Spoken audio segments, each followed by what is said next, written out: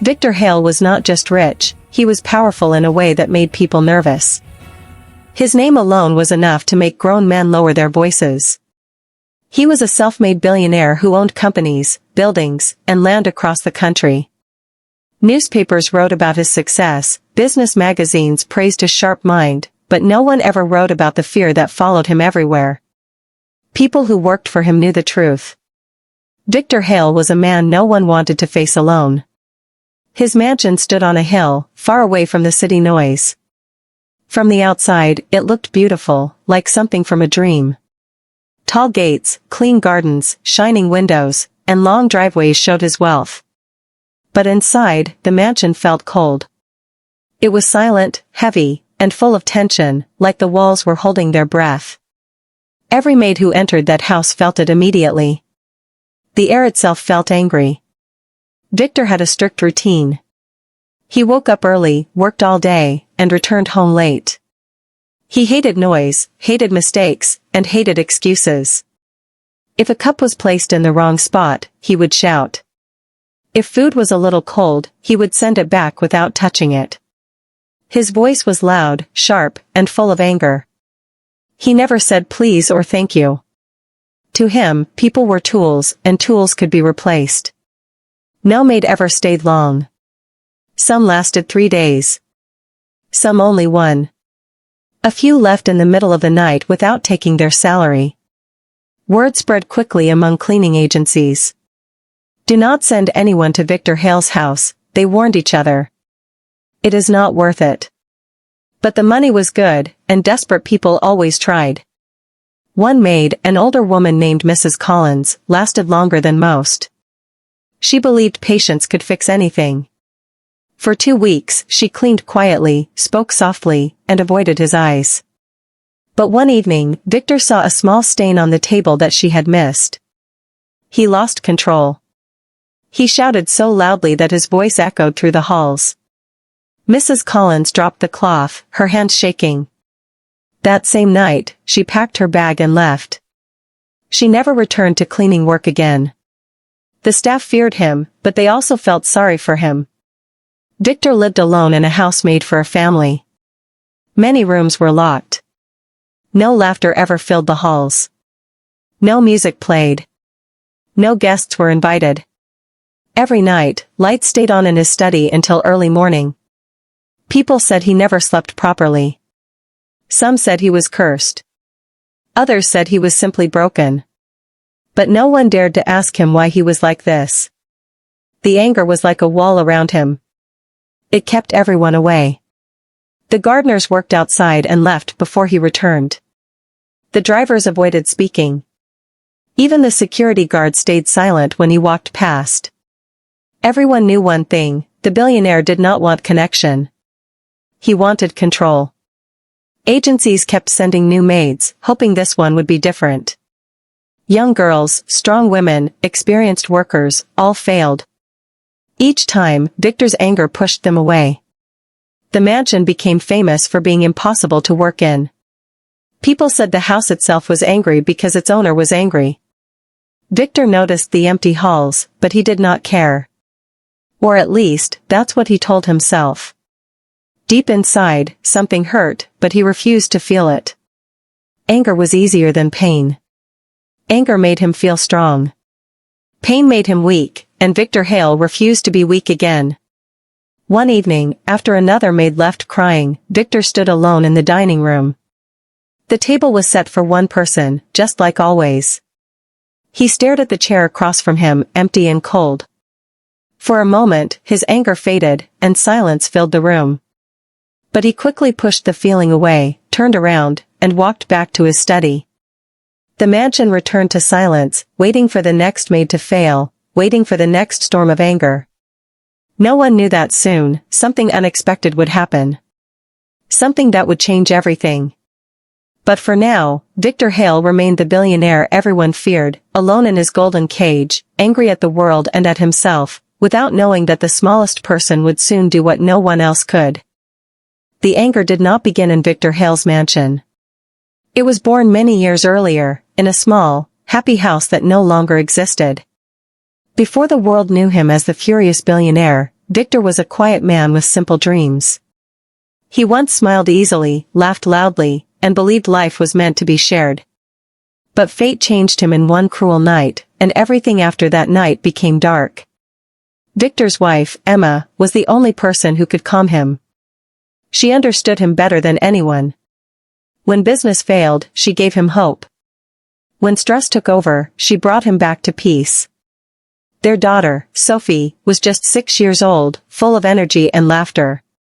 She loved drawing on the walls, running through the house, and asking questions about everything. Their home was small, but it was full of life, noise, and love. One rainy evening, Victor was working late in his office. He promised he would be home early, but the meeting dragged on.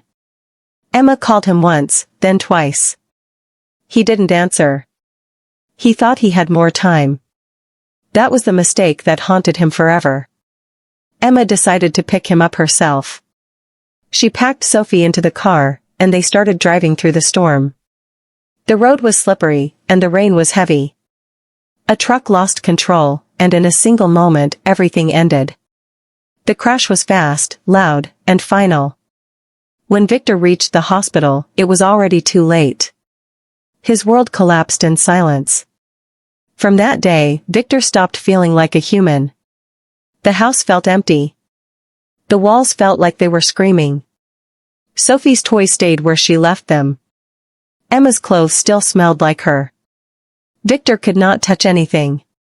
He could not sleep. He could not cry. He only felt anger. Anger at the rain, at the road, at himself, and at life. He blamed himself for everything. If he had answered the phone, if he had left earlier, if he had cared more, they would still be alive. The guilt was too heavy. So he buried it under work. He worked day and night, building his empire higher and higher, trying to escape his thoughts. Money became his shield. Power became his protection. But anger followed him everywhere. He shouted at workers, fired people for small mistakes, and pushed everyone away. He did not want kindness, because kindness reminded him of what he lost. Every smile hurt him. Every laugh felt like an insult. So he turned his mansion into a place of silence and fear. If no one came close, no one could hurt him again. Years passed, but the wound never healed. The world saw a successful billionaire, but inside Victor was still standing in that hospital hallway, hearing the doctor's words again and again. He never spoke about his family. Their photos were locked in a drawer. Their room stayed closed. He walked past it every day but never entered. People thought Victor was heartless, but they were wrong. His heart was not empty, it was broken. And broken things sometimes cut others without meaning to.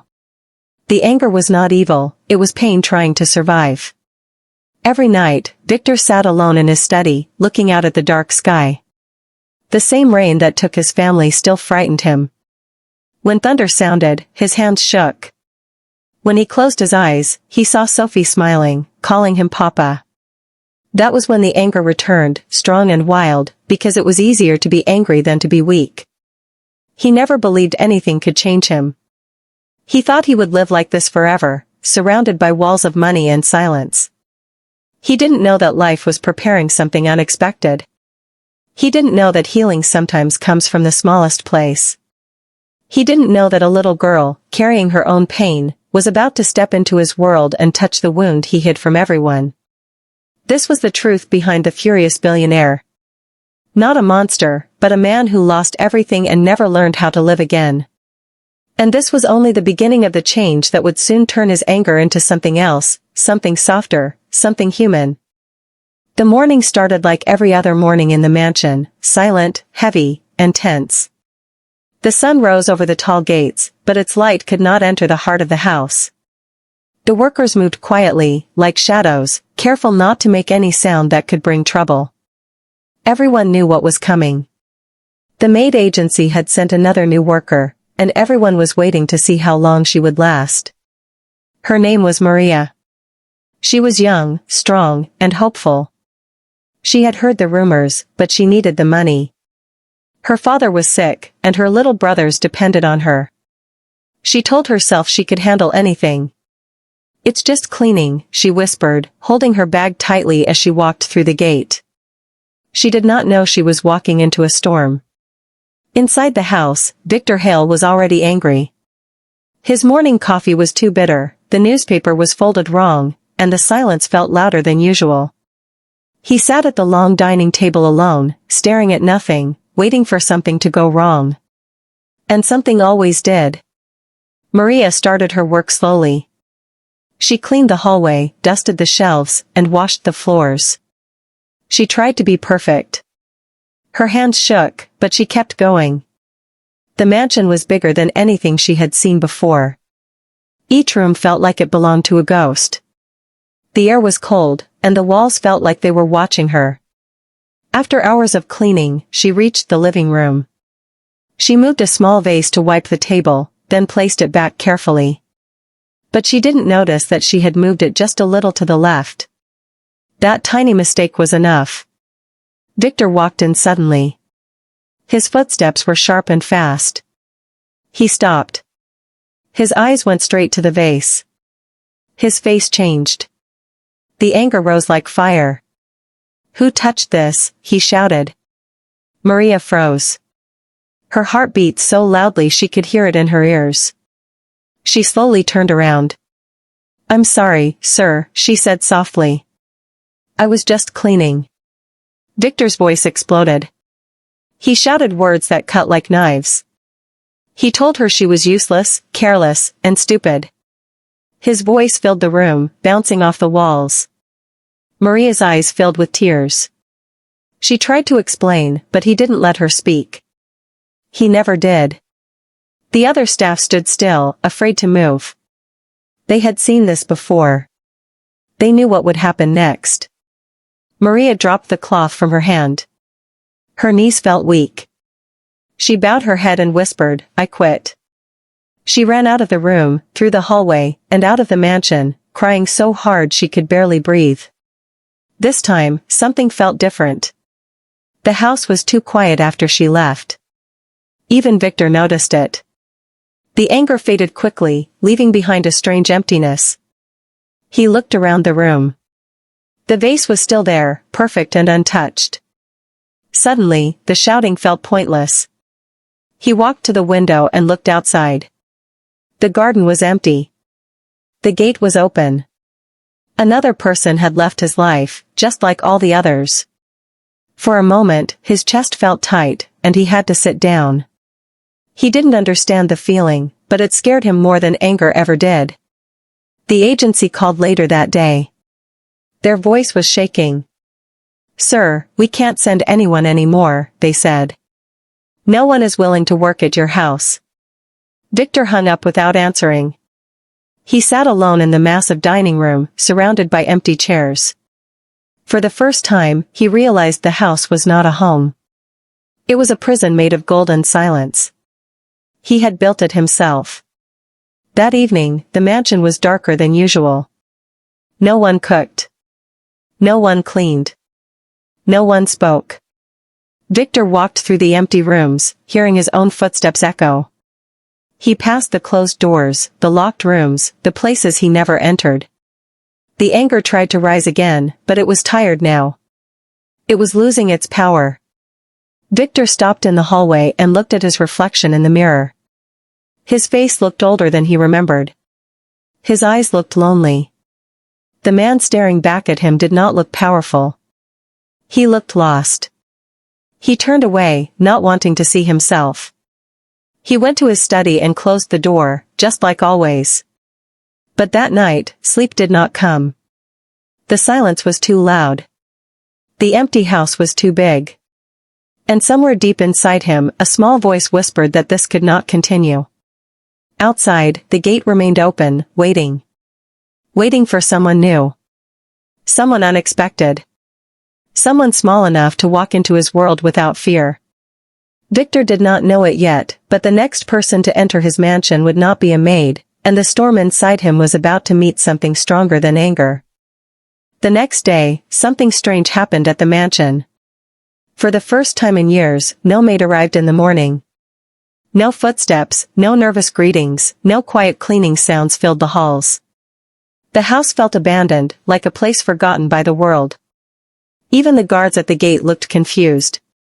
Victor Hale noticed it too, but he said nothing. He simply sat at his desk, staring at papers he could not read. By afternoon, the silence became unbearable. Victor walked through the mansion, his footsteps echoing like they belonged to someone else. The house felt larger, emptier, and colder than ever. He did not know it, but this silence was preparing the space for something unexpected. Late that evening, a small car stopped outside the gate. The guards looked at each other, unsure what to do. A woman stepped out, holding a bucket and cleaning supplies. Beside her stood a little girl, no more than 8 years old, holding a worn backpack and a small notebook close to her chest. The woman's name was Sarah. She had been sent by the agency for one day only. She was not a maid, just a temporary cleaner, and she had no choice but to bring her daughter with her. There was no one at home to watch the child. The agency warned her about the house, but Sarah needed the money badly. She told her daughter to stay quiet and not touch anything. The little girl's name was Lily. She had bright eyes and a calm face, the kind that made people feel safe without knowing why. She nodded seriously when her mother warned her. But inside, Lily was curious. She had never seen a house so big before. As Sarah began cleaning the lower floor, Lily sat on a chair near the entrance, watching silently. But the silence of the house felt strange to her. It was not peaceful. It was sad. She could feel it, even though she didn't know how to explain it. After a while, Lily stood up and started walking slowly, careful not to make noise. She passed tall doors, long halls, and empty rooms. Every room felt lonely, like it was waiting for someone to come back. Victor was sitting in the living room when he saw her. At first, he thought she was a shadow. Then he saw the small figure standing near the doorway, holding a notebook. His heart stopped for a second. Children were not allowed here. Children belonged to a world he had locked away. "What are you doing here?" he asked sharply. Lily looked up at him. She was not afraid. She did not run. She did not cry. She simply answered, "My mom is cleaning. I'm waiting." Victor expected fear. He expected tears. But he saw none. Her calm face confused him. "Go back," he said. Lily didn't move. She looked at him carefully, like she was trying to understand something. Then she said, "You look very lonely." The words hit him harder than any scream ever could. No one had spoken to him like that in years. His mouth opened, but no words came out. Anger tried to rise, but it failed. Lily opened her notebook and walked closer. She showed him a drawing. It was simple, a big house with a small light in one window. "This is your house," she said. "It's too dark." Victor felt something break inside him. His hands shook. He turned his face away, but it was too late. The wall he had built for years cracked silently. Sarah came running, terrified, apologizing again and again. She grabbed Lily's hand, ready to leave. But Victor raised his hand slowly. "It's fine," he said quietly. Everyone froze. He had never said those words before. Lily smiled. A small, warm smile that felt like sunlight in winter. She walked back to the entrance and sat again, swinging her legs. The mansion was still silent, but it was different now. The silence no longer felt angry. It felt like something was waking up. Victor stayed where he was, staring at the drawing still in his hand. For the first time in years, the house didn't feel like a prison. It felt like a place that might breathe again. He didn't know it yet, but the impossible had already begun. The next morning, the mansion woke up to something it had not felt in a long time, movement without fear. The air felt lighter, even though nothing had changed on the outside. Victor Hale sat at his dining table, staring at the same cup of coffee, but his mind was not in the room. It was on the drawing still lying in his study, the small house with one light in the window. He had not thrown it away.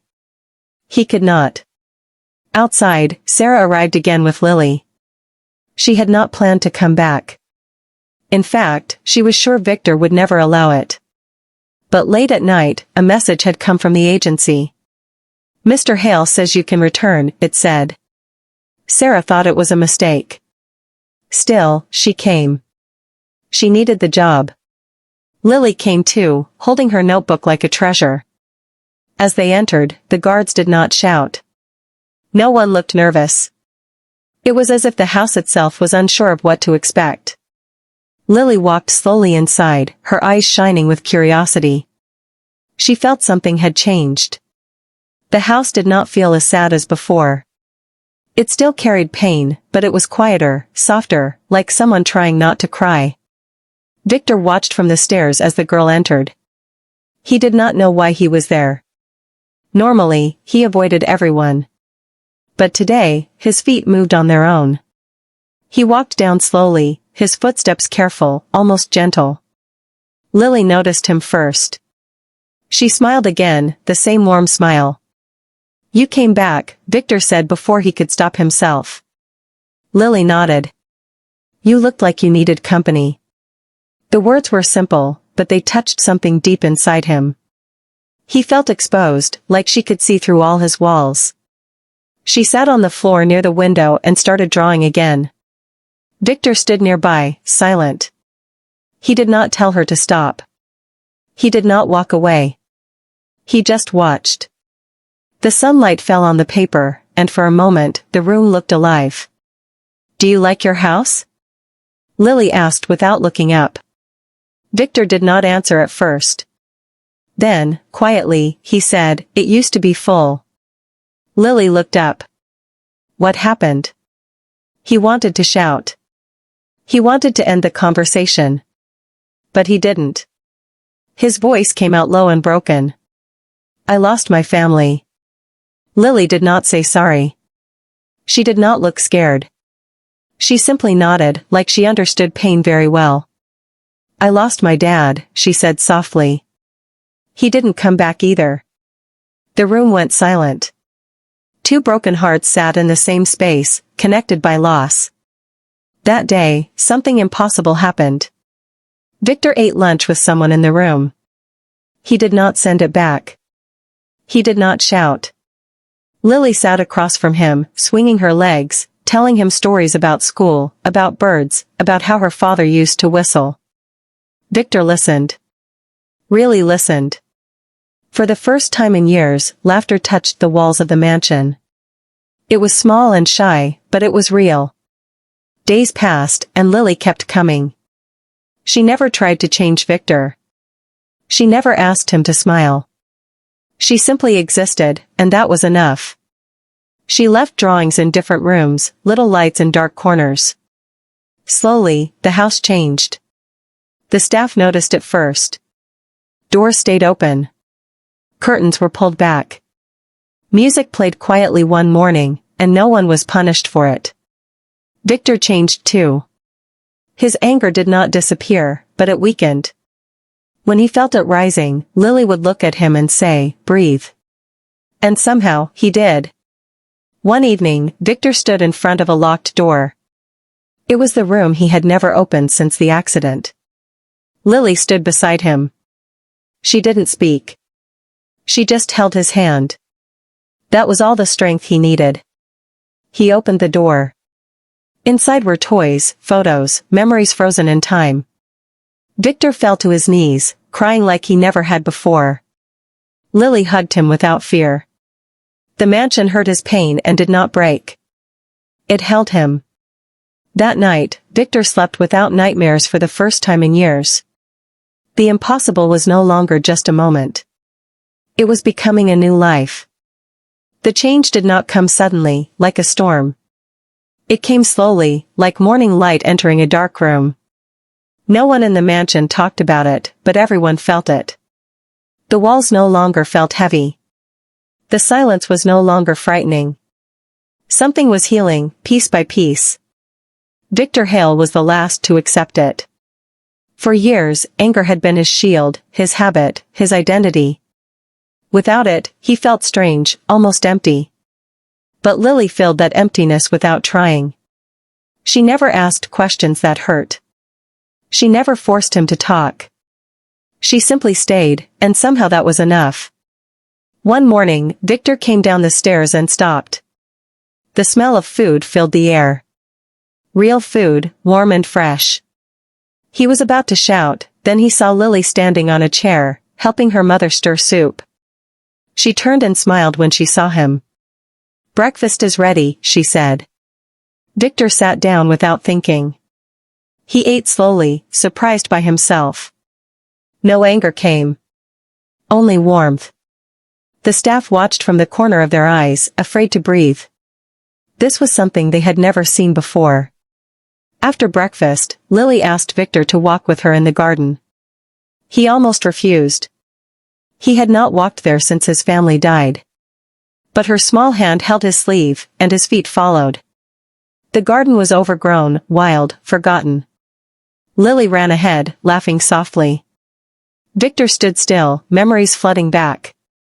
He remembered planting those flowers with Emma. He remembered Sophie running between the trees. His chest tightened, but he did not run away.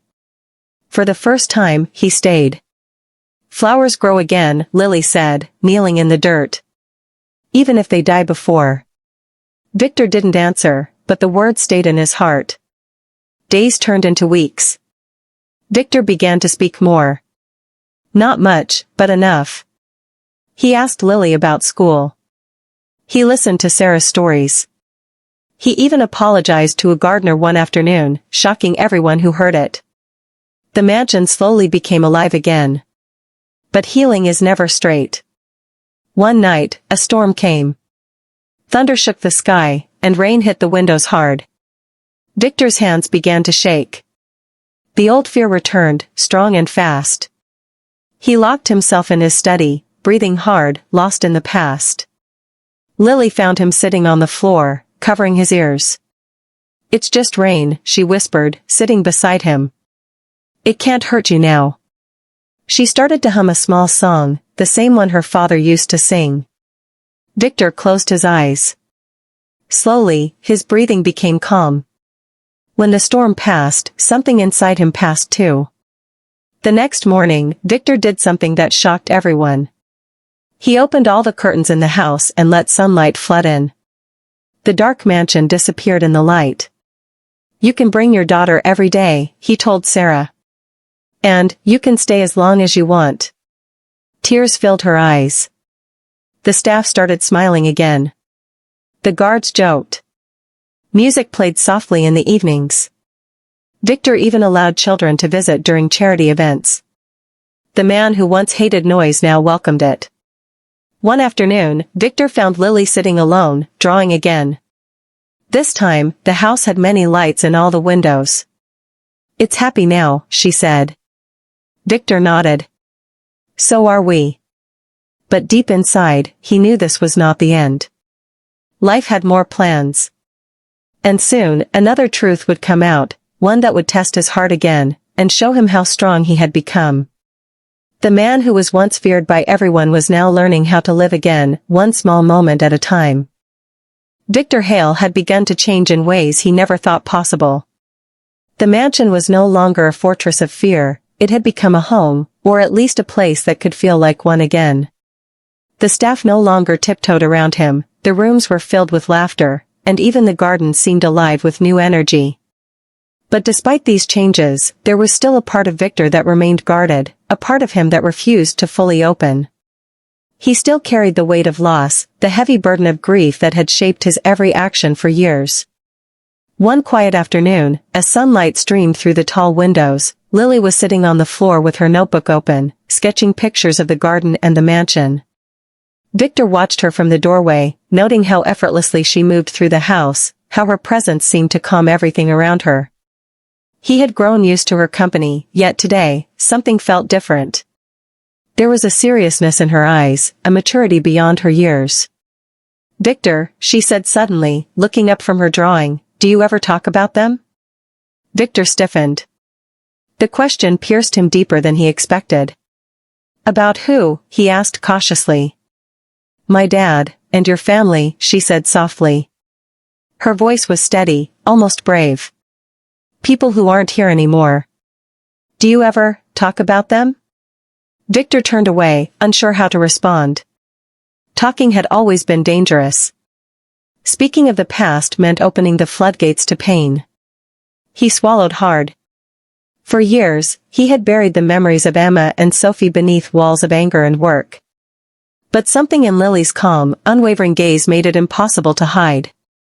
I lost them, he admitted finally, his voice rough. I don't talk about them because it hurts too much. And sometimes, I think, if I speak, I'll break. Lily tilted her head, considering his words. I know what it's like, she said quietly. My dad, he's gone too. But talking about them doesn't always break you. Sometimes, it helps. It makes you remember the good things. Even if it hurts, it's better than forgetting. Her words hung in the air. Victor felt something he hadn't felt in years, connection. Someone, even a child, truly understood his pain. He knelt beside her, looking into her eyes. You understand? He asked, almost incredulous. Lily nodded. I lost him too. And I think that's why I know you're not just angry. You're sad. You miss them. For the first time, Victor allowed himself to cry in front of someone who wasn't a memory, a ghost, or a photograph. He let the grief out slowly, quietly, in a way that no one else had ever seen. Lily didn't flinch. She didn't look away. She reached out and took his hand, a simple gesture that made the impossible feel possible. Days turned into weeks after that conversation, and something extraordinary happened. Victor began to open up to the people around him. He told Sarah stories about Sophie's favorite games, about Emma's laugh that could fill a room. He even spoke to the staff about the little things he remembered from the past, his wife's favorite flowers, the sound of Sophie's footsteps racing down the hall. The mansion, once a place of cold silence, now held echoes of love, memory, and warmth. Victor also learned something else through Lily. He discovered that grief and pain did not have to define him. They were part of his story, yes, but they were not the whole story. He could still feel joy, still laugh, still allow himself to be happy without guilt. He could honor the past while embracing the present. One evening, as the sun set over the mansion, Victor and Lily sat in the garden. You've changed a lot, she said, smiling. The house, everyone feels different. Victor smiled too, a small, genuine smile. I've learned that even a broken heart can heal, he said. Sometimes it just takes someone brave enough to reach in and remind you of what's possible. Lily leaned against his shoulder, and for the first time in many years, Victor felt complete, not because he had regained control, not because he had power or wealth, but because he had allowed someone to touch his heart, to see his pain, and to remind him that love and hope could still exist. The mansion no longer symbolized fear. It symbolized transformation, resilience, and the quiet power of connection. And Victor Hale, the man everyone once feared, had learned the most important lesson of all: sometimes, the smallest heart can heal the largest wounds. The impossible, it seemed, had not only begun, it had been fully realized. Victor Hale had changed in ways that no one could have predicted. The mansion, once a fortress of anger and fear, now felt alive. The walls echoed with laughter instead of shouts, the halls no longer seemed endless and cold, and even the garden, wild and overgrown, seemed to stretch toward the sun. But more importantly, Victor himself had changed. He was no longer the angry, lonely man who scared everyone who stepped foot in his home. He had learned something that years of wealth and power could not teach him, that healing often comes from the smallest, most unexpected places. It was a crisp morning when Victor realized how much Lily had transformed his life. She sat on the wide staircase, notebook in hand, sketching the roses in the garden. Victor stood silently at the top, watching her. She didn't notice him at first, absorbed in her drawing, but then she looked up, smiled, and waved. Her bright eyes, full of innocence and courage, met his, and he felt a warmth in his chest he hadn't felt in years. Victor called Sarah over, and together, they discussed a decision that had been growing in his mind for weeks. He wanted to do something permanent, not just for Lily, but for the memory of his own lost family. He wanted the mansion to be more than a home, he wanted it to be a place of hope, learning, and love. "I want Lily to stay here," he said quietly. "Not just for today, not just for tomorrow. I want her to have a safe place, a home where she can grow and feel loved. And I want to do something for her education, and her dreams." Sarah's eyes filled with tears. "Mr. Hale, that's incredible," she whispered. Victor nodded. "I was given a second chance, Sarah. I can't waste it. I want to make it count."